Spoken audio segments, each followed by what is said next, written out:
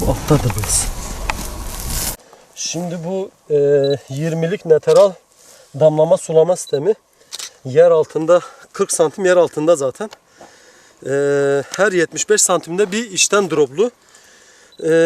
Saatte 2 litre su akıyor. Her delikten saatte 2 litre su akıyor.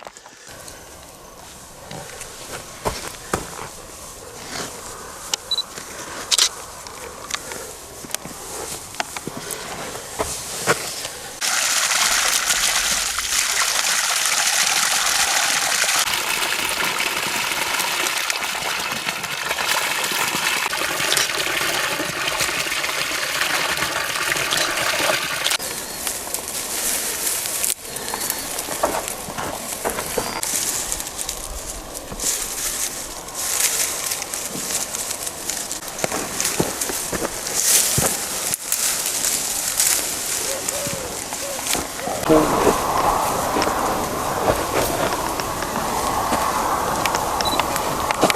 242 dönüm arazi üzerinde zeytinlik alanımız var.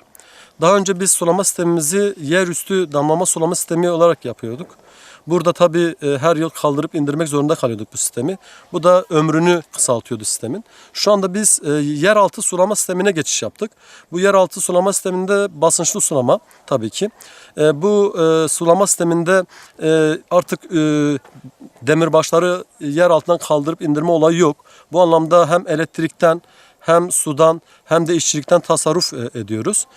Bu sistem aynı zamanda uzaktan da müdahale edilebiliyor. İstediğimiz vanaya bu suyu verebiliyoruz. Belki ilk etapta kurulumunda %30-40 belki biraz daha maliyetli görünüyor. Ama çiftçi daha sonrasında rahatlıyor bu anlamda. Daha sonra her geçen yıl bunun rahatlığıyla bu rakamlar kendisine ekarte ediyor. Bu anlamda çiftçilerimizin bu yöntemi kullandıkları takdirde daha faydalı olacağını düşünüyorum. Şöyle bir